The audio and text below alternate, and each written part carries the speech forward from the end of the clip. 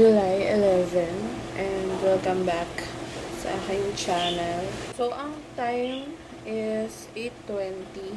Kakatapos ko lang mag-ready para pumunta sa hospital. Well, hindi pa pala ako ready. Katapos ko lang magligo and everything, breakfast, lahat. Today is 4th na PT session na and medyo natagalan yung pag-update ko ulit kasi nagpahinga ako ng 1 day. So, ang wala ko lang na update is kahapon lang, July 10.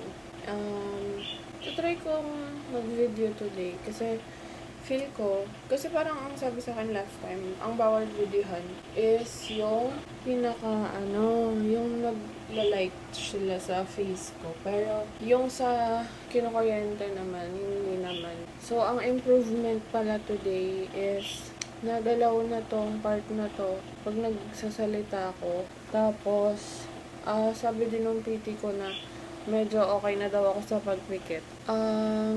Wala naman tayong ibang agenda today except for the PT. So, mamaya, if makakapag-vlog ako, siguro ipapakita ko din sa inyo yung day in my life, ganun. Tapos, nagre-ready lang si Kyle ngayon para makapunta na kami doon. Kasi 9 pa naman yung appointment. So, medyo maaga pa kasi 8:20 pa lang. Mag-lifting tayo.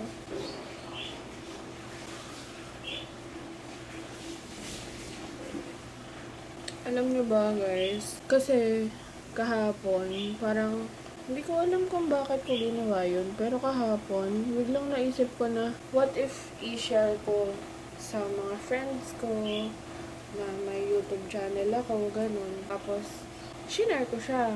Kasi parang na-feel ko, parang siguro okay lang naman din na maana nila, ma-witness nila lahat ng, hindi man lahat, yung mga nangyayari sa buhay ko, gano'n. Tapos, nag-reach out sa akin yung friend ko from high school. Alam nyo guys, sobrang bait ng tao na yun. Sabi niya, sobrang calming daw panoodin ng vlog ko, gano'n. Napasaya daw siya ng vlog ko. And super na-appreciate ko yun guys. Kasi, wala, hindi ko kasi talaga in-expect na, like, meron palang magkakagusto sa vlog ko. Kahit sobrang simple lang, hindi naman din kasi ako sobrang galing mag-edit. Pero still, diba, na-appreciate nila yung konting effort na nabibigay ko. And, sana talaga maging successful tayo dito sa pag-vlog natin, no? Kasi, parang ang gusto ko lang talaga is mag-share ng awareness about sa case ko ngayon and also to share some memories sa ibang tao. Tapos, ang dami din. Kasi kahapon ko nirelease yung first episode. It's July 10 kahapon. Kaya hindi ako nakapag-vlog.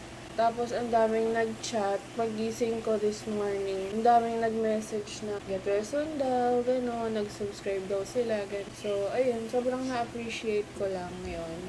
Sana kayo rin, ma-appreciate nyo rin yung mga video na pinagagagawa ko kahit wala naman talaga masyadong interesting na content. So, if you guys have any idea kung ano pang mga content yung pwede kong gawin except sa FVK pala is go lang, suggest nyo lang. Tapos, yun. So, pupunta na kami ng hospital maya-mayang konti. So, i-update ko kayo mamaya din sa hospital. And I will see you guys later. Hi guys. So, dito na kami sa hospital.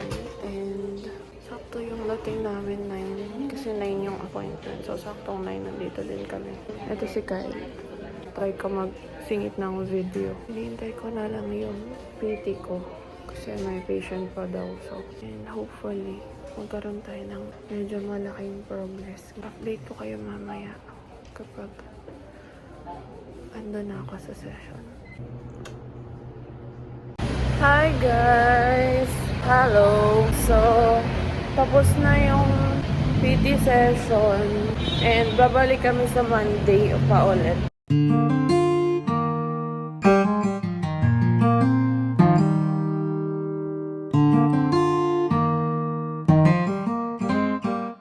Hey guys! So, is July 12 and 9:48 a.m. pa lang. Pero nakapag-breakfast na kami and nakainom na rin ako ng gamot. So kahapon, hindi na ako nakapag-update pag-uwi kasi minsan kasi guys, kapag after therapy, hindi naman sumasama yung pakiramdam ko, pero parang hindi okay yung pakiramdam ng mukha ko usually after kasi parang, syempre, ikaw ba naman kuryentehin ng ilang beses, tas ganun. Basta madaming ginawa sa mukha ko. So parang nawala ako sa circulation nun na mag-vlog. So gusto ko lang nun magpahinga. And also, sabi pala ng PT ko, medyo nag-i-improve na daw yung ganito ko kasi as you can see, kapag nagsismile ako, hindi na siya hatak na hatak. Like, hindi na siya pa ganun talaga.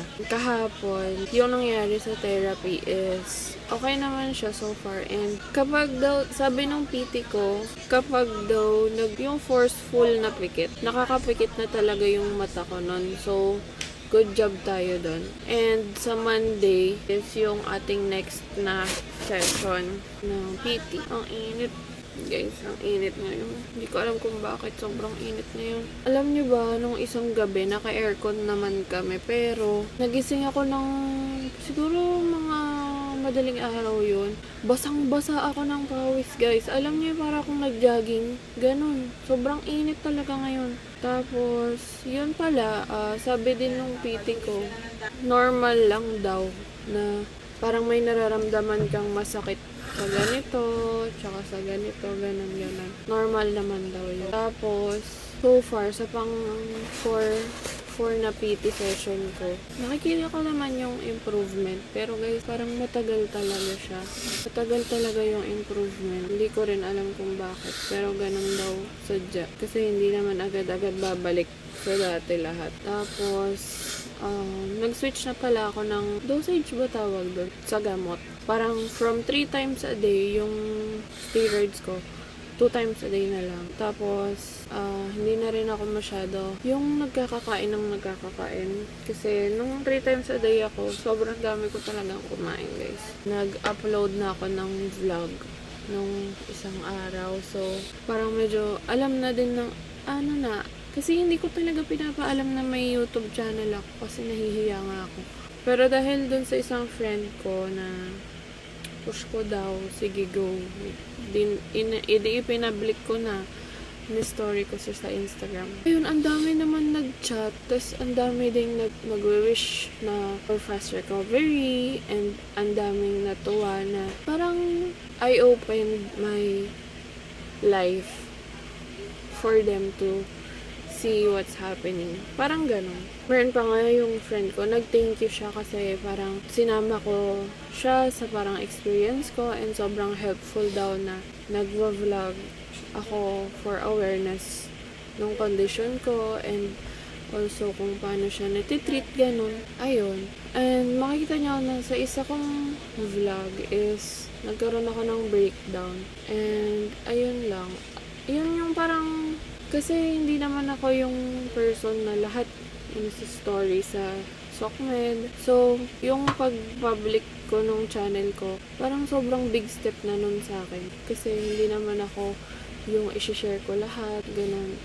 Dati, ko open. Pero parang nung nag-20s na ako, doon na ako nag-start na mag-lay low na lang. Alam mo yun, yung feel ko kasi mas masaya yung private na life. Pero nag-vlog. Yung lang, hindi mo ino-open lahat. So, ako din naman, hindi ko naman din pinapakita lahat dito sa channel. So, ganun. Parang nasa comfort zone pa rin ako. Pero nag-take ako ng big step para gawin yun. Ganun. Tapos, meron akong high school friend na nag-chat siya na fan na daw siya agad, ganun. Tapos, super happy na daw ako nag-vlog, ganun. Tapos, ang dami. Alam niyo, pati yung mga ninang ko na hindi ko naman masyadong nakaka-chat. Ganun, nag-DM sila, nag-subscribe nga daw sila, and they are praying for my fast recovery din, ganun. So, medyo happy din naman ako. Yung sa work naman is, nakakapag-work naman ako pa din. Medyo slow-paced nga lang. And nakita niyo naman kanina, nag-update ako sa work and yung mga emails, ganun lahat-lahat. So, ayun lang naman ang konting catch-up sa ating life. So, today, hindi ko alam kung may next pa tayo na vlog. Pero siguro mamaya, kapag nag-exercise ako, sama ko ulit kayo. And, ayun. May papakita pala ako sa inyo, guys. Tchaning! Binigay to sa akin nung parents ko. Binili nila to nung nasa Makati kami. So, ano to? Binili nila to nung nasa Makati kami. Tapos pag uwi ko, may ganito na ako. This is a parang hot compress. Kasi, sinabi ko sa kanila na nire-recommend nga nung PT ko na mag hot compress muna or warm compress before maghilot. Para ma-stimulate din yung nerves and muscles sa face. Para hindi sila mabigla. Tapos, ayun, wala, na-appreciate ko lang kasi kahit simpleng bagay lang is talagang effort na effort ang parents of the year. So, ayun lang guys. Ang cute, no? Ang lambot niya pati guys. Makikita niya yun. Ayun yung tela, oh. Sobrang sarap sa mukha nito. Tsaka, hindi siya nakakapitan ng pawis. Hindi ko din alam kung paano, pero hindi talaga kumakapit yung pawis ko kapag ginagamit ko to. Siguro, sure ako na makikita nyo na merong mga improvement, lalo na sa pagsasalita ko. Kasi medyo okay na yung etong part na to talaga is medyo okay na siya. And yun sa pagkain din, nakakakain na rin ako ng ayos. Unlike last time. So, ayun lang naman ang update natin. Today is July 12 and I will update you again.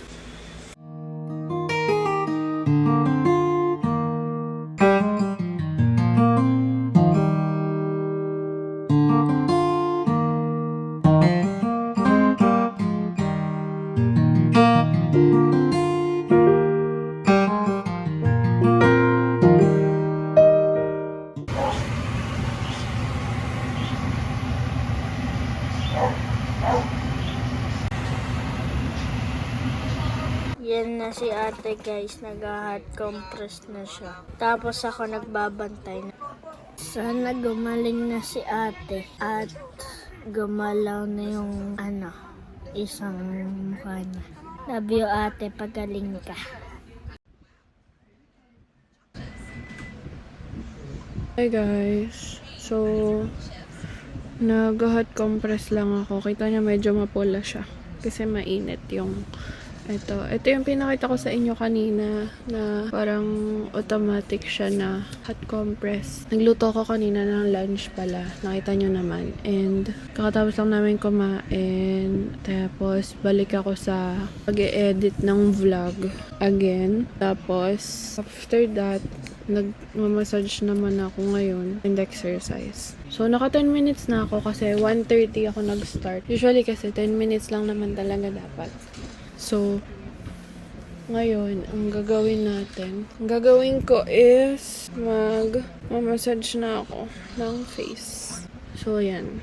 Ganun pa din. Parang last time. Alam nyo, sobrang nakakatulong yung pag-hot compress or warm compress. Kasi, di ba usually kasi kapag hindi ako nag-warm compress, hindi ko talaga mahahawakan to guys. Kasi masakit siya. Pero normal naman daw yon, sabi nung PT ko. So, it's okay. Kasi kinonsult ko sa kanya na bakit parang may mga nakakirot na part, ganun. So, normal naman daw yon. Tapos, ayan, massage lang. Then, after that is yung exercise na pinapagawa ng PT. Since nag-switch na ako ng pag-inom ng gamot from 3 times a day to 2 times a day, morning and evening na lang ako na inom ng gamot. And makikita nyo pala kanina nag-vlog si Basti kasi na ako. Hindi ako nakapag-start ng vlog kasi diretso after kumain, nag-rest lang ako for 5 minutes, tapos diretso edit ng vlog, tapos yun na, warm compress. Ang sayo nung ine-edit ko na vlog ngayon kasi parang hindi siya normal na sit down vlog katulad nung nirelease ko last these last 2 days. Ano siya, lumabas kami nung time na yun. Yun yung nag-grocery kami. So, ayan. Next naman ngayon is yung exercise.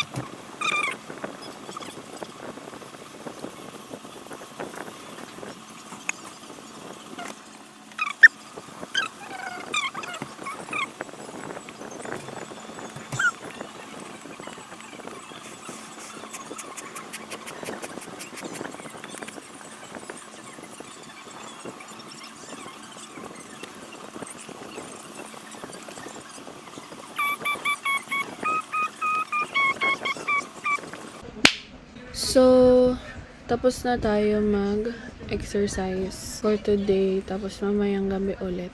Sarap nito sa mukha, guys. Wala naman na masyado akong i-update except for nagalaw yung ganito ko. Yun lang, yun lang. Yan, guys, oh. Ganun na. Medyo may improvement na ganon.